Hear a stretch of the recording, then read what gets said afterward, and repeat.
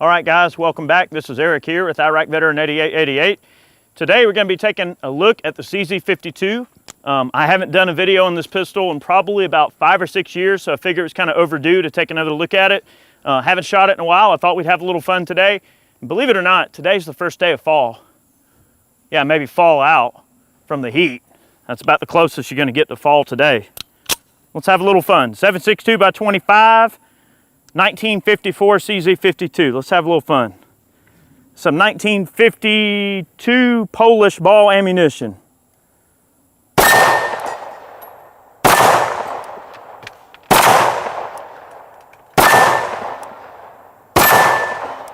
All right, Mr. Pumpkin.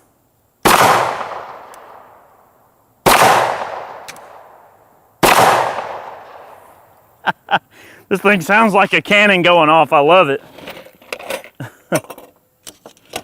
It more or less is. Yeah. I mean, Man, these pistols are so neat, man.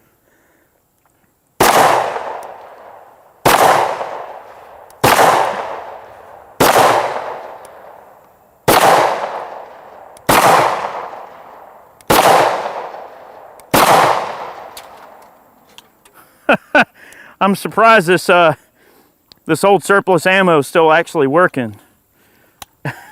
Of course, my mag is stuck in there. Let's see. There we go. she's old. Yeah, she is. Yeah, this this ammo is some pretty old stuff. Yeah, 1952 country coach 21. That's Poland, right? Or is Poland 11? Oh well. Bye. I can't remember. Having a little bit of fun. So guys, in case y'all don't know, the CZ52 is kind of a Cold War era Czechoslovakian service handgun. Obviously model number 1952, CZ52. This particular one is marked where did I see that? Yeah, 1954 production. So this one's a 54. Really cool gun. We're gonna shoot it a little bit more. Really cool old school hand cannon, buddy. All right, let's hit a few pieces of steel here and see where it's at.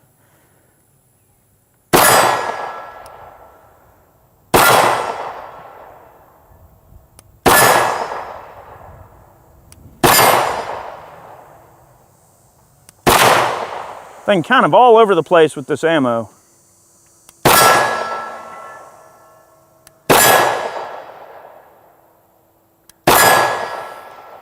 Yeah, about a pie plate size group. You know, I wonder what they use to charge those cases with, because it kind of smells like Kingsford charcoal. Yeah. Oh, the ammo smells like charcoal. The gunpowder smells like charcoal. Maybe Like, they got done like cooking their cooking, and then they decide to make some ammo. All right, I'm going to try to take out some sodas. This thing is not terribly accurate. We're going to talk a little bit more about the design aspects of this gun in a moment. The CZ52 is really cool in that it's a delayed roller blowback pistol. One of the only handguns that I know of to use delayed roller blowback system. Do you know of any other handgun that uses rollers? Not off the top of my head. Other than a MP5 and pistol configuration, Yeah, but but we're a talking real actual handgun. handguns. Yeah. All right. Real handgun. Those crazy checks.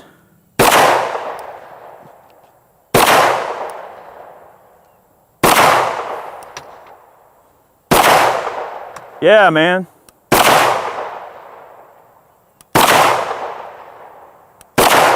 Ha! I mean, as a defensive unit, you know, for a military handgun, I wouldn't say she's too bad. That one mag is acting like it wants to get stuck in there, here and there.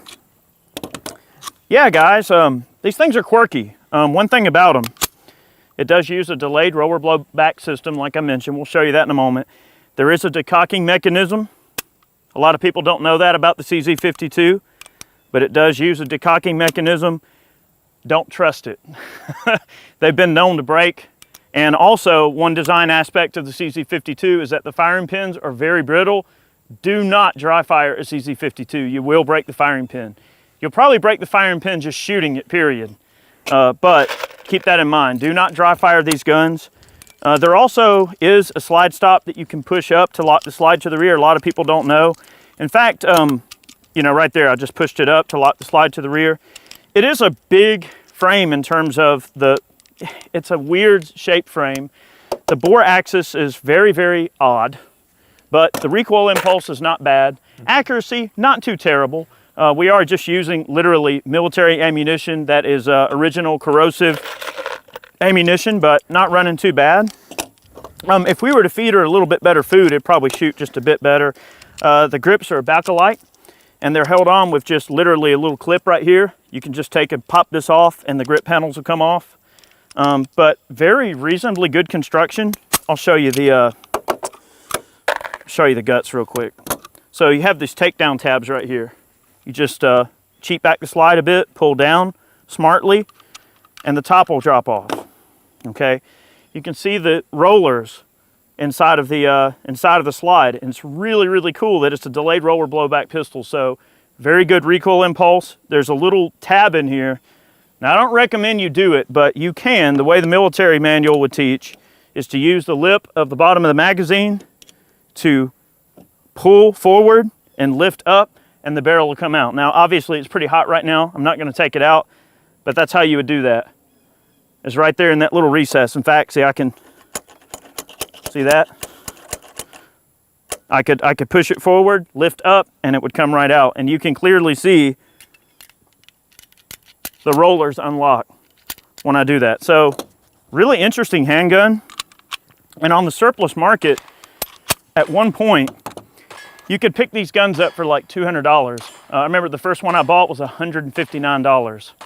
There was a time when these things were coming in, they couldn't give them away. They were importing these guns with armorer's kits, like these really fancy wooden crate armorer's kits, you know, blister packs of Cosmoline, like 10 round packs or 10 piece packs of mags that you could get for, I think I remember those 10 mag packs selling for like $40 or something. They were very cheap. It was nothing. I mean, now you can't find like an original gray Parkerized mag like this. This is an early mag.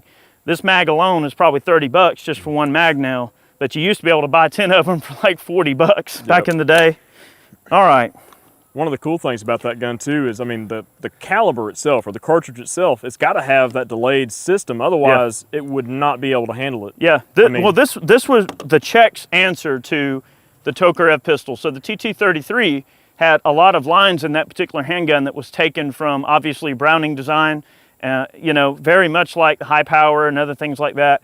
So the TT-33, not a bad gun in its own respect, but Czechoslovakia was always one of those COMBLOC countries that like, nah, we're gonna invent our own gun, you know, so they did that with just about every piece of small arms, especially that when you started getting into semi-automatics like handguns and rifles. The Czechs were always known for reinventing the wheel and coming up with their own design. So the CZ52 was the Czechs' answer to the TT-33. So the requirement was that they had to have the 7.62 by 25 caliber round, which Russia was using in machine guns as well as handguns. And this round served Russia during World War II quite well. You know, and the 7.62 by 25 was basically just a strengthened and higher speed 30 Mauser. So the broom handle pistol, the 1896 broom handle, you could chamber this in a Mauser pistol, but you definitely don't want to shoot it because this is a much higher pressure round than the 30 Mauser. So imagine that when the C96 came out, you know, the original 1896 broom handle, it was one of the most powerful handguns in the world at the time in terms of velocity. So the 7.62 by 25 just sort of upped the ante a little bit, and it is a very powerful handgun cartridge. And it's so fun, especially now getting into like prices on surplus ammo. Not only were these guns incredibly cheap back in the day, but the ammunition, they were practically giving this stuff away. This Polish ball ammo, I literally paid, I want to say like $40 for like 1,200 rounds in a zinc lined can. It was like $40 for 1,200 rounds. And I think I must have bought like 30,000 rounds of it because it was so cheap, and I didn't even have a gun that shot it. But then I discovered the CZ52, and the crazy thing about it is the CZ52 is the only gun I have chambered in this cartridge. So every time I go and look at my ammo stores, I'm thinking, well, what handgun do I want to go shoot today?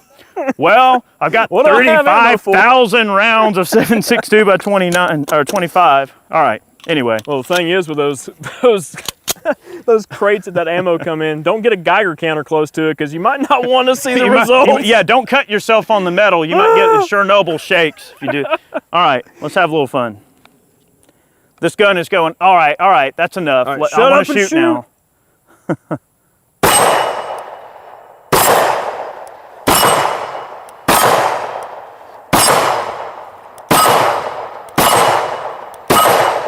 I mean, not terribly stupid good accuracy, but for a military unit and for personal defense and for the power level that this cartridge has, I would definitely say that it at the time was very adequate military pistol, okay?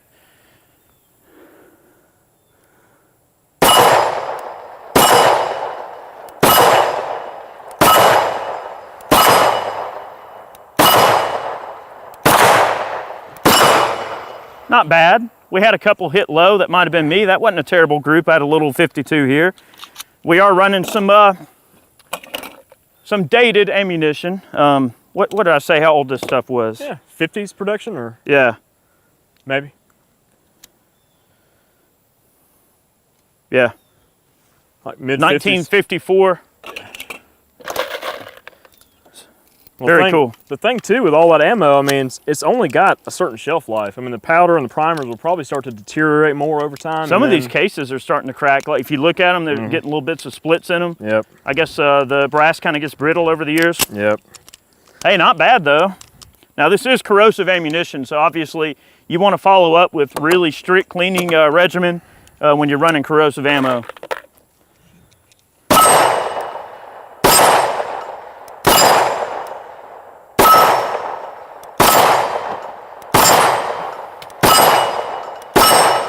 I'm not complaining at all about that accuracy. I mean, for just rapid fire and considering, you know, the age of this ammunition, she's not running bad at all. We have this one mag that is giving us a little bit of issue. That might be an aftermarket magazine. And remind me, I'll put that one to the side. I won't That's load fine. that one anymore. Yeah, the military magazines, some of them, I want to say they used to mark them, but maybe not. The mags don't appear to be marked, but they do have the original Parkerization on them, so you can generally tell a military mag by the Parkerized finish. Now, a lot of these guns also went through a refurbishment process. The original guns were a gray Parkerization, so a gray manganese phosphate, okay? Or zinc phosphate, whatever they call it. Gray Parkerizing versus black Parkerizing. When you encounter a CZ52 with a black Parkerized finish, it is a refurbished Arsenal gun. If you encounter a CZ52 with a gray Parkerized finish, it's original finish as original produced back in the 50s. So the gray Parkerized guns are a little bit more desirable, okay? If you're at a gun show and there's 10 CZ52s sitting on there and one of them's gray and the rest of them are black, buy the gray one. Just telling you. It'll be basically the finish difference between this gray and this black. You can see. Now this mag's a little bit rusty duck, but you can see the difference in the color. Yeah, the zinc is the gray. The manganese is the black. Right, manganese is black, zinc is gray. It took me that long to figure it out. I had to think about it. That's okay. You always have to try to outdo me. I just got to make sure you're right. No, I know. It's a lot of information. I'm gonna take it out on the pumpkin.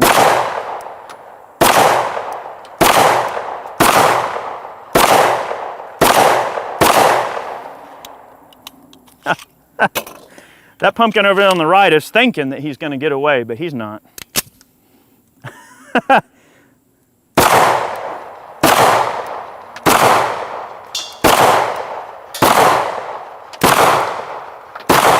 All right, a hang fire.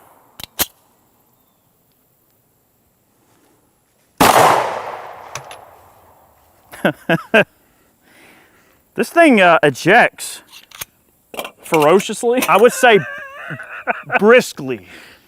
definitely brisk ejection. It's throwing them like every random direction, and it's got this really nice mark on the side of the slide where those rounds are getting out of there. Let's just put it that way. It's ejecting brass about 30 feet. Yeah. That's all. Not a big deal. You know, look, thing is, for when this gun was developed, and considering it was a new design developed around an existing cartridge to fulfill a specific need, and as a military handgun, I have to say, I feel like the CZ52 is one of the most unique and interesting military handguns, especially comblock, to come out of the comblock world.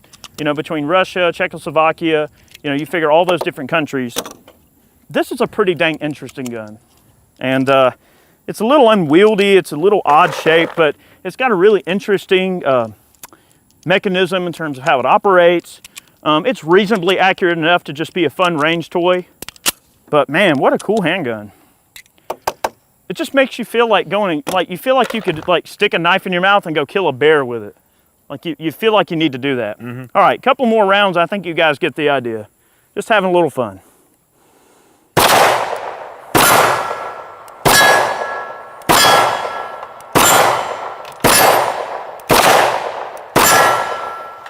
All right, couple more mags and we're gonna get out of here, guys.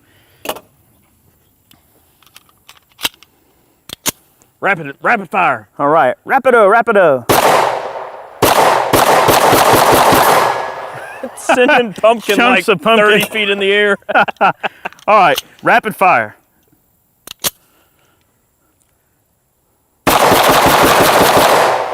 Woo, fireballs.